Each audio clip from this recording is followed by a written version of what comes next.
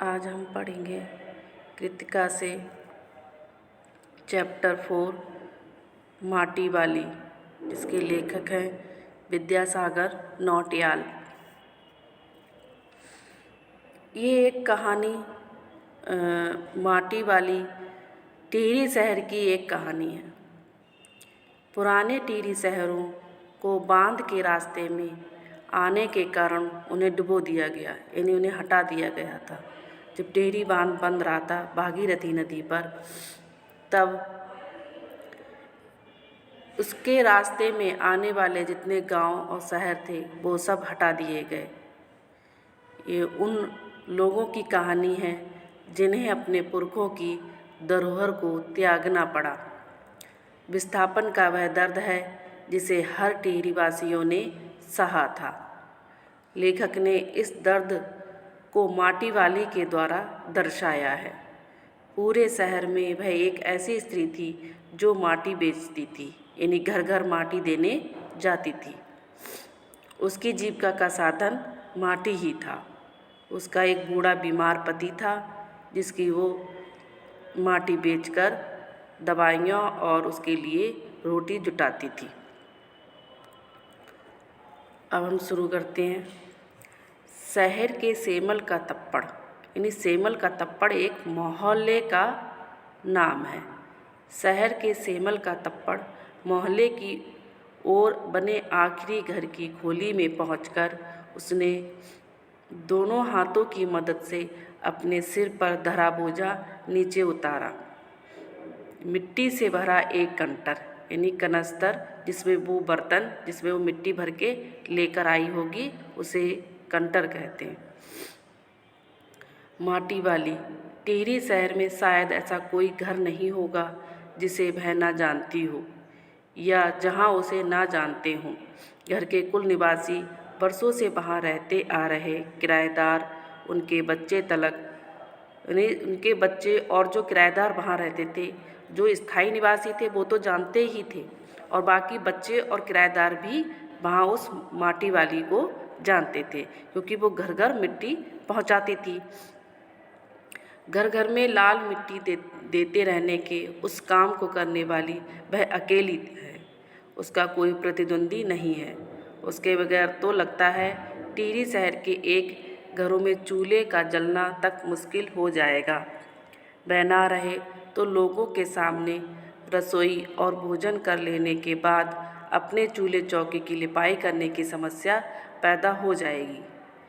आज तो सबके घर में गैस है, लेकिन पहले क्या हुआ करता था, जब चूल्हा हुआ करता था, चूल्हे पे रोटी बनती थी, चूल्हे पे खाना बनता था, तब जो लकड़ी और जो राख हुआ करती थी उसको साफ करके उस चूल्हे की लिपाई की जाती थी, जिससे चूल्हा अधिक समय तक चलता रहे। भोजन जुटाने और खाने की तरह रोज़ की एक समस्या घर में साफ लाल मिट्टी तो हर हालत में मौजूद रहनी चाहिए। चूल्हे चौकों को लीपने के अलावा साल 2 साल में मकान के कमरों, दीवारों की गोबरी लिपाई करने के लिए भी लाल मिट्टी की ज़रूरत पड़ती थी। जब गोबर में मिट्टी मिला दी जाती है तो गोबर एक तरह से पक्का हो जाता है और वो जल्दी छूटता नहीं है। उसी से घरों की लिपाई हुआ करती थी। शहर के अंदर कहीं माटा खान है नहीं। शहर के अंदर कहीं माटा खान है नहीं। भागीरथी और भिलांगना 2 नदियों के तटों पर बसे हुए शहर की मिट्टी इस कदर रेतीली है कि उससे चूल्हों की लिपाई का काम नहीं किया जा सकता। यानी माटी खाना एक ही है जहाँ से वो स्त्री माटी लेकर आती थी, और भागीरथी और भिलांगना नदियों की जो मिट्टी थी वो रेतीली थी, जिससे चूल्हों की लिपाई नहीं हो सकती थी। आने वाले नए नए किराएदार भी एक बार अपने घर के आंगन में उसे देख लेते हैं तो अपने आप माटी वाली के ग्राहक बन जाते हैं। घर घर जाकर माटी बेचने वाली नाटेकत की एक हरिजन बुढ़िया माटी वाली थी, यानी वो माटी बेचती थी, इसीलिए उसका नाम भी माटी वाली रख दिया गया। शहरवासी सिर्फ माटी वाली को नहीं, उसके कंटर को भी अच्छी तरह पहचानते हैं। रद्दी कपड़े को मोड़ कर बनाए गए एक गोल डिल्ले के ऊपर लाल चिकनी मिट्टी से चुलबुल भरा कनस्तर टिका रहता था। उसके ऊपर किसी ने कभी कोई ढक्कन लगा हुआ नहीं देखा था। यानी वो बर्तन टिका रहे इसलिए वो एक कपड़े को गोल गोल लपेटकर उस पर कनस्तर रख लेती थी और कनस्तर पर ढक्कन नहीं लगा होता था ताकि वो फटाफट जाए और उनके आंगन में वो मिट्टी उड़ेल दे।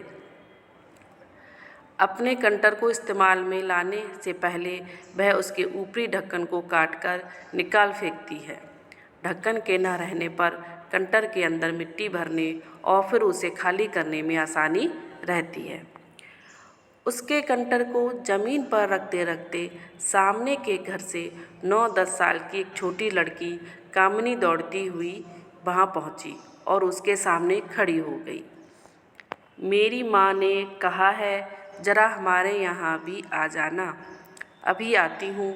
घर की मालकिन ने माटी वाली को अपने कंटर की माटी कच्चे आंगन के एक कोने में उड़ेल देने को कह दिया। तू बहुत भाग्यवान है, चाय के टाइम पर आई है हमारे घर। भाग्यवान आए खाते वक्त, यानी जो खाना के वक्त आ जाए वो भाग्यवान कहा जाता है। यानी चाय के समय पर वो माटी वाली घर में आई है।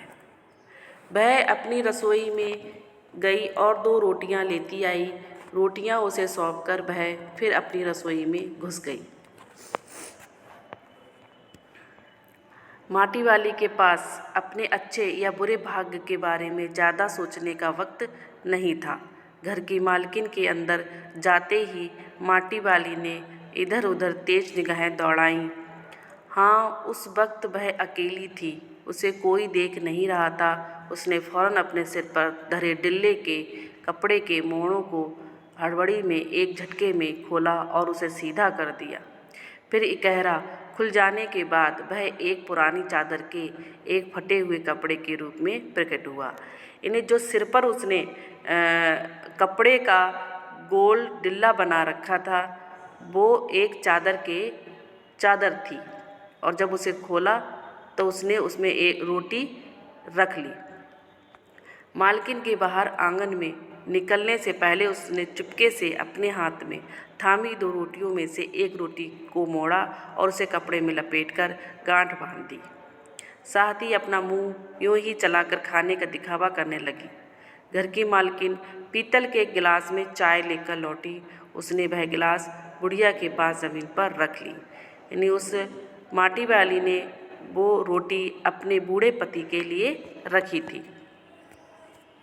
ले सद्दावासी सा कुछ है नहीं, अभी इसी चाय के साथ निकल जा। सद्दावासी यानी साग सब्जी, यानी कोई सब्जी तो है नहीं, ऐसे ही चाय के साथ इसे निगल जा। माटी वाली ने खुले कपड़े के एक छोर से पूरी गोलाई में पकड़कर पीतल का वह गर्म गिलास हाथ में उठा लिया। यानी कपड़े से वो गिलास, चाय का गिलास उठा लिया क्योंकि वो गर्म था।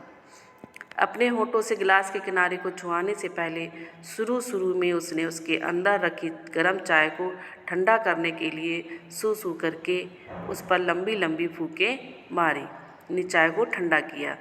तब रोटी के टुकड़ों को चबाते हुए धीरे धीरे चाय सुड़कने लगी।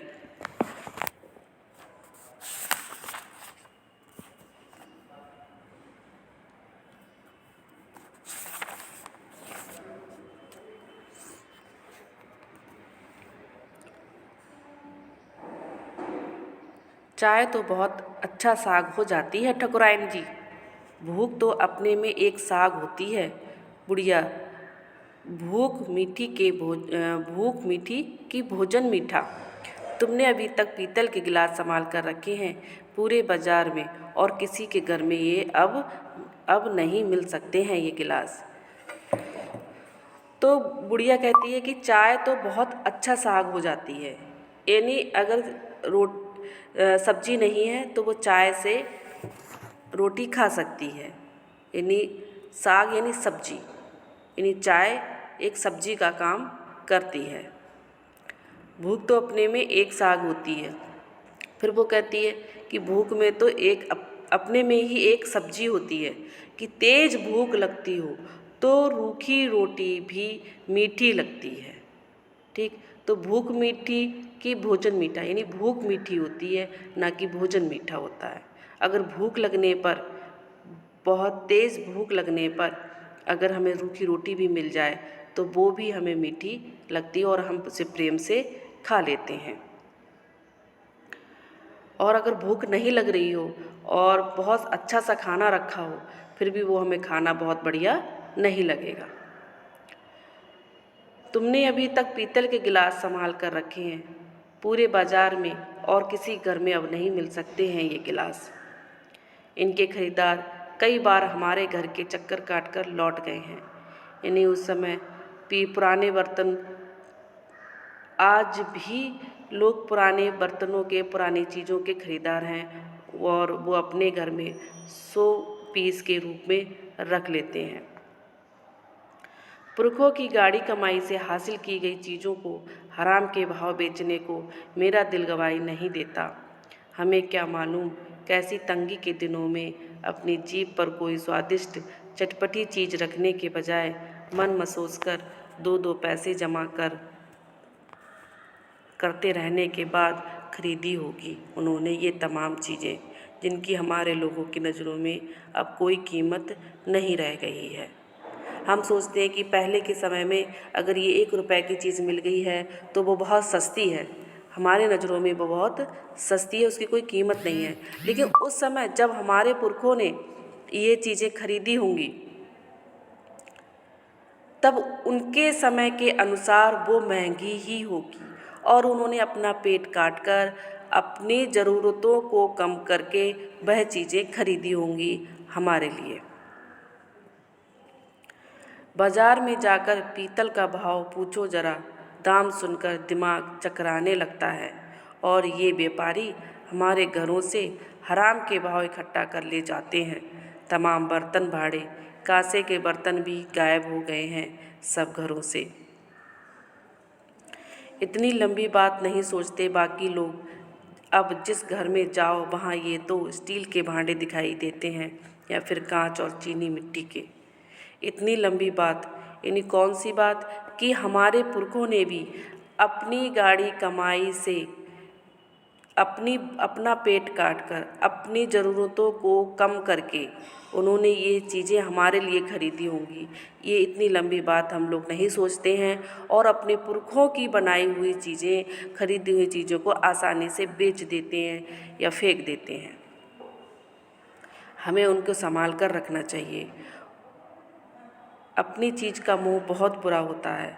मैं तो सोचकर पागल हो जाती हूँ कि अब इस उम्र में इस शहर को छोड़कर हम जाएंगे कहाँ। ठकुराइन जी, जो ज़मीन जायदादों के मालिक हैं वे तो कहीं ना कहीं ठिकाने पर जाएंगे ही, पर मैं सोचती हूँ मेरा क्या होगा, मेरी तरफ देखने वाला तो कोई भी नहीं है। यानी जब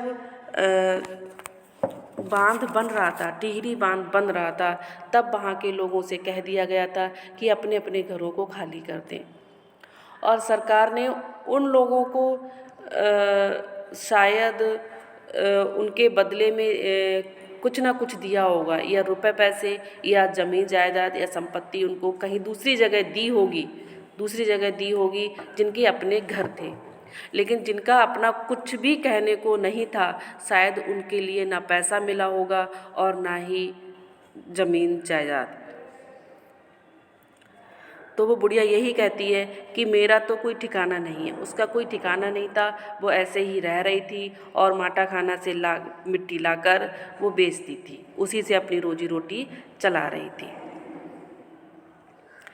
चाय खत्म कर माटी वाली ने एक हाथ में अपना कपड़ा उठाया, दूसरे में खाली कंटर और खोली से बाहर निकलकर सामने के घर में चली गई।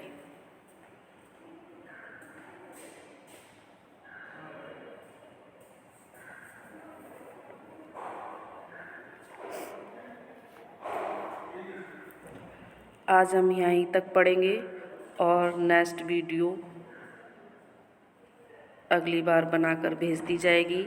आप सब लोग ये अच्छे से पढ़ लें और समझ लें।